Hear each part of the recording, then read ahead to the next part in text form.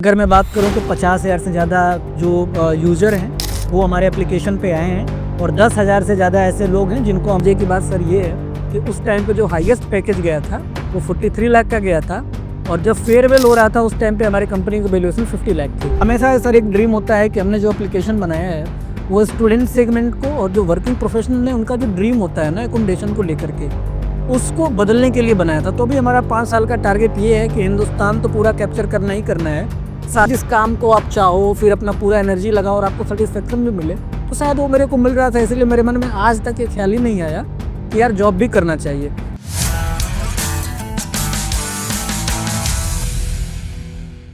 Hello friends, भविष्य Educare में आप सबका स्वागत है। जहां मैं बिजनेस और एंटरप्रेन्योर फाइनेंस इसकी इकोनॉमिक्स की बातें करते हूं, तो आज हमारे साथ जो है ना गेस्ट है प्रवीण जी, जो कि एक यंग एंटरप्रेन्योर है। और इनका जो टाइप ऑफ बिजनेस है वो मैं इनसे ही जानना चाहूँगा। इनका किस किस टाइप का बिजनेसेस हैं, कैसे कर रहे हैं, कैसे हैं प्रवीण आप? बढ़िया है सर।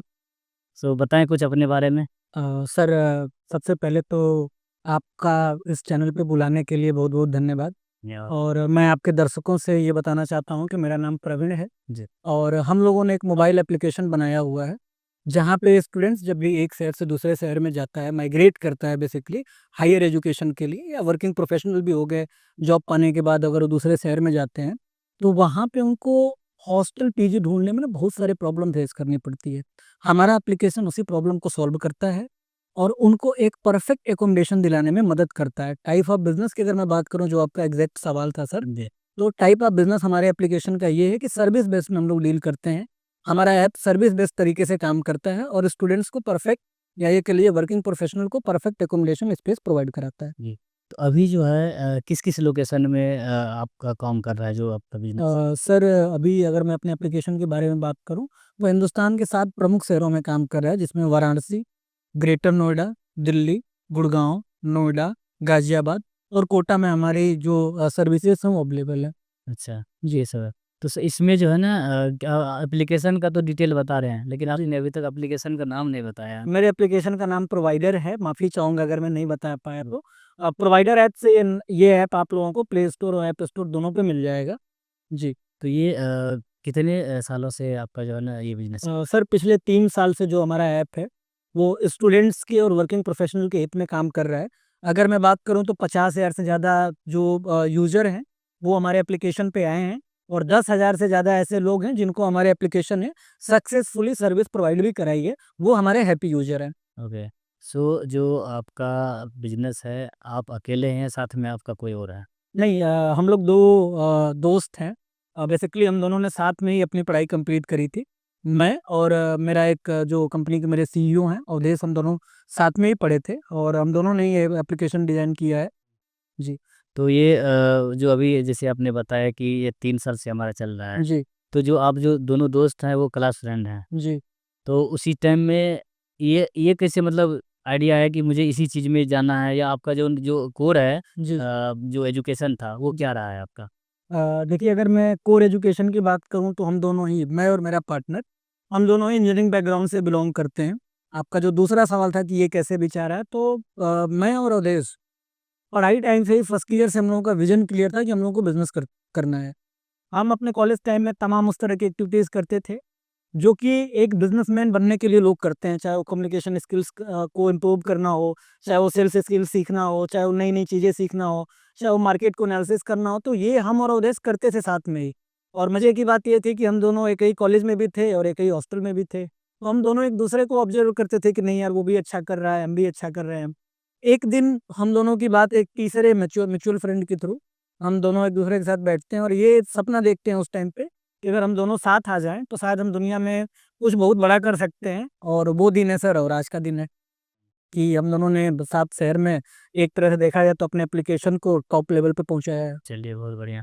अब ये बताएँ कि दोनों का जो अब वर्क है जी। इस बिज़नेस में, दोनों का आप कुछ आपका आप क्या देख रहे हैं और अवधेश जी क्या देख रहे हैं? सर देखिए, अगर 2 लोग हैं तो ज़ाहिर-सी बात है दोनों लोगों की अपनी-अपनी स्पेशलिटीज़ होगी।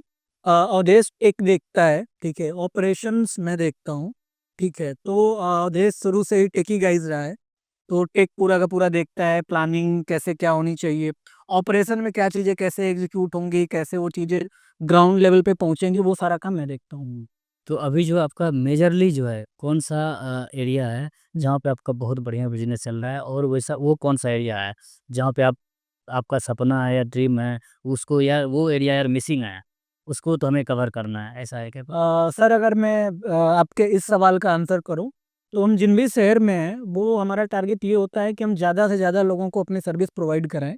ठीक है, अगर मैं बात करूँ जहाँ से हमने स्टार्ट करा था वाराणसी में, सो वाराणसी में भी हम उतना ही बच्चों को हॉस्टल दिलाते हैं जितना कि सबसे हम अपने टॉप सिटी में दिलाते हैं, जैसे ग्रेटर नोएडा में दिलाते हैं।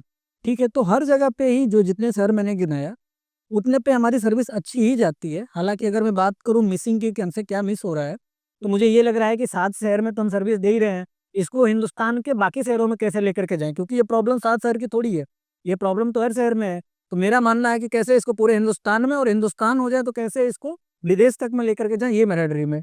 ये मेरे को लगता है ये मिस हो रहा है। कुछ ऐसा कोई विज़न है जो कि ऐसा टारगेट आपने रख रखा हो, वह 5 साल में जो है ना ये तो अचीवमेंट्स तो हमें करनी ही करनी है। हाँ, वो बिल्कुल, बिल्कुल ले रखा है sir. As the young entrepreneur sir, जब भी हम और हमारी कोर टीम बात करती है, हमेशा सर एक ड्रीम होता है कि हमने जो एप्लीकेशन बनाया है, वो स्टूडेंट सेगमेंट को और जो वर्किंग प्रोफेशनल है, उनका जो ड्रीम होता है ना अकोमोडेशन को लेकर के, उसको बदलने के लिए बनाया था। तो भी हमारा 5 साल का टारगेट ये है कि हिंदुस्तान तो पूरा कैप्चर करना ही करना है, साथ ही साथ हमें फ़ॉरेन तक जाना है। तो वो टारगेट है हमारे और हमारे पार्टनर का, और इवन प्रोवाइडर के जितने भी टीम मेंबर हैं, सारे लोग दिन-रात इस पे काम करते हैं कि कैसे उस ड्रीम को पूरा करें, कैसे उधर के तरफ एग्रेसिव चल पाएँ। तो वो हमारा विज़न है सर 5 साल का। जैसे आपने बताया कि अभी स्टूडेंट्स एंड प्रोफेशनल्स दोनों हैं। जी, जी। इसके अलावा इस प्लेटफ़ॉर्म पे और भी कुछ ऐड किए हुए हैं अपने ऐप में या करने वाले हैं? सर अभी तो फ़िलहाल मैंने कुछ चीज़ ऐड करी हुई है, और बाकी आगे की बहुत सारी प्लानिंग्स भी है। जो चीज़ मैंने ऐड करी हुई है वो मैं आपको बताता हूँ। बाकी जो चीज़ मैं लेकर के आने वाला हूँ वो थोड़ा-सा आपके लिए सीक्रेट रहेगा सर। वो जो है ना बिज़नेस सीक्रेट है उसको आप सीक्रेट की तरह ही रखिए। जी, वो सीक्रेट रहेगा। क्योंकि आज के डेट में जो है ना जो हमारा व्यूअर्स हैं, जितने भी हैं चाहे हमारे ऑडियंस है या आपके ऑडियंस है, जी, जी। तो वो चीज़ों को लेके तो कोई आने वाले हैं, वो आप एक टेंटेटिव बता सकते हो। तो सीक्रेट मैं ये नहीं पूछ रहा हूँ बट क्या बिज़नेस में कुछ और किस टाइप के बिल्कुल। प्लान में आप कर रहे हो? कुछ और इसके अलावा अलग इंडस्ट्री में भी एंटर कर रहे हो क्या? एक तरह से देखा जाए कि जब भी स्टूडेंट या वर्किंग प्रोफेशनल एक नए शहर में घर पा जाता है, तो उसके बाद उसको तमाम तरह की चीज़ों की नीड होती है। तो हमारा जो एप्लीकेशन है एफ़िलिएट करके या बाकी सर्विसेज़ में खुद तो नहीं स्टार्ट करेगा, लेकिन हाँ, हम अपने पार्टनर्स के थ्रू बाकी सर्विसेज़ में एंट्री कर रहे हैं। जैसे पिछले कुछ दिनों में हमारी कंपनी ने ट्रिप्स की कंपनी से टाई अप करा है, स्टेशनरी की कंपनी से टाई अप करा है। फूड में भी हम लोग टाई अप कर रहे हैं कुछ लोगों से, और मुझे तो जान कर के खुशी है कि आप भी फूड इंडस्ट्री में हैं, तो शायद आप भी हमारे कस्टमर हो सकते हैं आगे चल कर के। कस्ट अगर जो है ना फूड से रिलेटेड है बिल्कुल कस्टमर हम भी बनेंगे आने वाले टाइम में और आपका जैसे मैं देख रहा हूँ कि जिस एग्रेशन जो मैं अभी तक ऑब्जर्व किया हूँ जिस एग्रेशन से आपने और आपकी टीम ने काम किया है कहीं ना कहीं वो बहुत बढ़िया जैसे मुझे लगा वो तो बहुत ठीक ठाक अच्छे लेवल पे हैं आपके विजन भी बहुत बढ़िया होंगे जी, ठीक है तो इसके अलावा जी, क्या आप जो है कुछ वैसा ड्रीम है जो मिसिंग है और आज के डेट में जैसे अ, आपने कहीं कोई नौकरी नहीं किया है जी, डायरेक्ट जो है मतलब अपने एजुकेशन कंप्लीट हुआ है वहाँ से डायरेक्ट आपने ठीक है जी। कभी कुछ ऐसा महसूस हुआ कि यार कुछ दिन हमें तो नौकरी तो करनी चाहिए? देखिए सर, जब हमने ये सपना देखा था कि हमें बिज़नेसमैन बनना है, हमें बड़ा आदमी बनना है, तो बड़ी क्लैरिटी थी कि मैं क्या डिसाइड कर रहा हूँ। कॉलेज सेकंड ईयर में जब मैं था, मैं जीएल बजाज से बीटेक पास आउट हूँ।